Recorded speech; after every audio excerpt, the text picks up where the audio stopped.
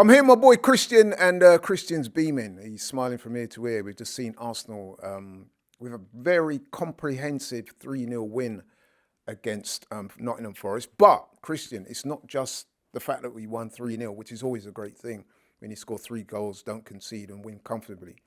But the style of the way we did it today was just so impressive. Yeah, it was. And it's what Arsenal fans have been crying out for. We want, fast, attacking, creative football. We want more creative players on the pitch. And I think we saw that with the team selection. You were mentioning maybe Rice was dropped. It wasn't dropped, man. You had to do that to me. Rice was not dropped today. He was rotated out. We got. You know what? I stand corrected. We've got big games coming up. He's going to start against Bilbao. He'll start against City. He's just played 2 games. Can I just say though? Were you surprised that he didn't start? Yeah, because it's not like Arteta to go for it a bit more. He's quite pragmatic. He likes to control games. Whereas today, I think Marino coming in, Odegaard starting. We had 5 attacking players on the pitch. Usually, I expected to see Zubimendi and Rice and Odegaard, and then Madueke, Gyökeres and Eze, which would be 4 attacking players, 4 attacking-minded players. Obviously, Rice does get up and down. But he went with Marino, who's been in form, scored a hat-trick, 4 goals for Spain in 2 games. And we saw it from the start. It was electric at times. We created a lot. Madueke, I need to talk about this guy because he is proving people wrong, including myself. I think it's fine to ask questions when you bring in a player. Was he worth £52 million? He was at Chelsea. He's a right winger. Is he the profiler player we need? When we were crying out at the time for a striker and a left winger. But this guy today, in my opinion, he was man of the match. He was absolutely sensational. Every single action, every time he took on the player, he beat the man. I think he was unlucky not to get on the score sheet, not to get an assist at least. But he was amazing today. I thought Eze, first start was electric. The assist for Gyökeres. Gyökeres again on the score sheet. Zubimendi, there's some serious performances today. Mosquera. I feel a bit sorry for Mosquera because when Saliba comes back, he comes straight back into the team. Oh, does he? He does, yeah. Saliba's the manager today left out Declan. He rotated Declan. He rotated, but for the big game, Saliba plays. Yeah, I think Mosquera is showing us that Carabao Cup, FA Cup, we've got depth there. You can bring in Mosquera. Hincapié maybe comes in. I'm a bit sad we didn't see him today, even 5-10 minutes. But yeah, look, there's a lot of candidates today for man of the match. Like you say, Mosquera, Zubimendi, I think, got it on TV. For me, it was Madueke. Eze played well. Yeah. And like I said, it was more of what we want to see. It was exciting football. It was front-footed. We were pressing. Every single time we got it, it wasn't, all right, let's not play the risky pass. It was cool. If it's not necessary, if there's, a little gap, we're playing it through. We're playing it quick. We're beating players. We're in behind. We're cutting in. We're shooting. We scored 3 goals, but it could have been 4, 5, 6. Exactly. And it's more of what we want to see. And this is a good team. Forest are a good team. I know they lost 3-0 last week to West Ham, but they were pushing for Champions League last season. They're in Europe. They've spent, I think, nearly £200 million this summer. They're a solid team. We made them look like a poor team today. It was all about Arsenal. You're absolutely right. You are right. Forest have some very good players. But we dealt with them. Chris Wood came off. It was barely in the game. After about 60 minutes. One chance, which wasn't even a chance, which, was with his chest. Hudson-Odoi, we didn't really see. Yeah. Morgan Gibbs-White, he was a player I really rate. He was quiet today. He got taken off. Which is props to Arsenal. Completely dominated the game from minute 1. I want to talk about Martin Odegaard. Yeah, let's talk about Odegaard because you were, how can I put it? I wouldn't say scathing, but you're quite candid about what you feel is his deficiencies, namely that he's not creating enough, he's not doing enough.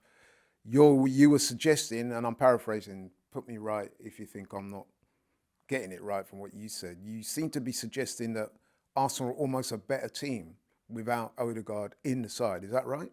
I think we are now. I've backed Odegaard before people get on me, and I'm talking about. I've backed him more than anyone for a long, long time. Yeah.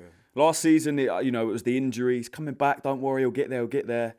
Towards the end of the last season, when he had a long run in the team, he was consistently one of our worst players every game. And pre-season, these first few games, he hasn't proven to me that he's anywhere near his best. And I know he's been injured again. He had the shoulder injury against Leeds. He's injured again today. But I'm seeing an 18-year-old kid in Ethan Ranieri come on and be miles better than him. You know, Ethan came on against Leeds. We scored 4 goals. We look like a much better team. I think. Should we be a little bit fair to Odegaard, because he came off quite early in the game, so it's not like he was on for 60, 70 minutes and hadn't been performing. It happened. The incident happened quite early, and I do feel a lot of sympathy for him, because I was saying it on the stream that shoulder injuries are amongst the worst you can get in sport. Because a lot of the times when you injure your shoulder badly, not only does it affect, even the way you run, it affects that, but it can play tricks of your mind in terms of your confidence.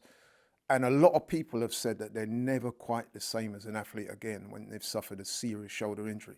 So to see him go down again like that today, for me, was very disappointing, and I felt very sorry for him. Yeah, but I think for me, I'm not, I don't want to say not sad, but I'm not worried that Odegaard's injured. You're a ruthless guy, man. Are you? No, for me, the team that, after he went off, we looked like a better team. And for me, that was a stronger team than the team that started the game. I think Nwaneri right now, is performing at a higher level than Martin Odegaard. I don't think that's a crazy shout at all. I loved Odegaard. He was our best player 2-3 years ago. He's not anymore. I think the confidence after that injury is completely gone. And I've said this as well. Odegaard used to give him the ball, he needs half a second, he makes a decision, he turns forward, he picks a pass. Do you know what I mean? He was a magical player. He used to excite me, get fans out of their seats. Now, I don't know if it's a mental thing because of the injury, a confidence thing. He needs that extra half a second, and most of the time he turns back or he picks the wrong pass. Whereas Ethan, I'm seeing a kid who's just full of confidence, not worried to take a risk, not worried to have a shot, to pick a pass. And yeah, if I'm putting our strongest 11 on paper now, Odegaard's probably in it for the name, but in terms of performance and quality, he's not in it. I would say, I mean, listen, well, a lot of what you said there does make sense. I would say it's a kind of horses for courses thing. I would say that Ethan is definitely more, how can I put it, direct, more exciting, if you like.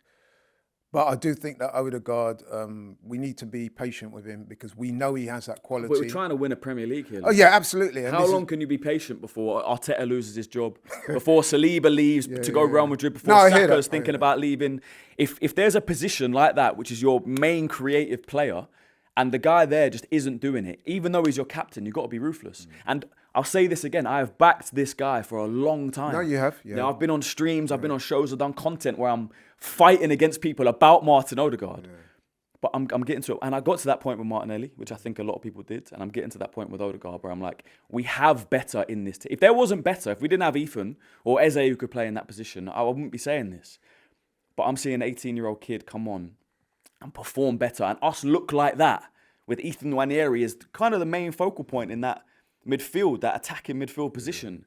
Or should we just celebrate the fact that now we've got so many options? We're so strong. We should. That's I true. mean, I was saying on the stream that you would have to look long and hard to find a more talented squad or deeper squad than Arsenal right now. And that's even with Liverpool signing the likes of Isak and people like that. Yeah. We have got a very strong squad. For sure. Like I said, we haven't just got depth. We've got depth and then Saka's out today. Quality depth. Saka's out today. Madueke comes in. Quality. If Madueke wasn't there, Nwaneri can play right wing. If Nwaneri can't play there, Max Dowman can play. Same on the left. Eze started on the left. If he's not there, Martinelli can play there. If he's not there, Trossard, Eze. Like there's depth apart from the striker. Yeah. That's which I think is why we see Gyökeres coming off after 60, 65, because that's where we don't have the depth. We can't afford an injury. That's right. But it's looking good. 4 games in, 3 clean sheets, 9 points on the board. Top of the table, right? I think we are. As we speak right now. Yeah, as we speak right now. The only goal we've conceded was a screamer, Szoboszlai free kick. And it's been a good start to the season. I know we haven't played the best football in the first couple of games, but I think we're getting there now. And I think we're slowly seeing that it doesn't have to be set-piece FC. It doesn't have to be pragmatic, slow football. We have the personnel and the quality now to play exciting, free-flowing football that we used to play 2, 3, 4 years ago. And we can win the league playing this kind of football. Yeah. And just finally, I want to give some credit to the manager. I think that's fair because I was one of those that was disappointed with the manager against Liverpool. I didn't think we went for it. I thought he got the team selection wrong. And I thought his in-game management at times in that game left a lot to be desired, in my personal view. I thought today he got pretty much everything right, even the rotation with Declan. I think that worked. Yeah. He made the subs at the right time. And listen, the team played really, really well. He set them up well. They played well. It's all good. How confident are you going into what, let's face it, it does get a little bit harder now because we go to Bilbao on Tuesday. We've got a massive game against City at home next weekend. How confident are you feeling after today? Confident. If we pick the right team, if we get these players firing, if Saka comes back into this team, Gyökeres keeps firing. Again, good performance from him today. A lot of criticism, people saying he's idiots online talking about genes and this kind of thing. This guy's scoring 3 goals in 4 games. Now we go away to Bilbao. Bilbao is a team we beat 3-0 in pre-season.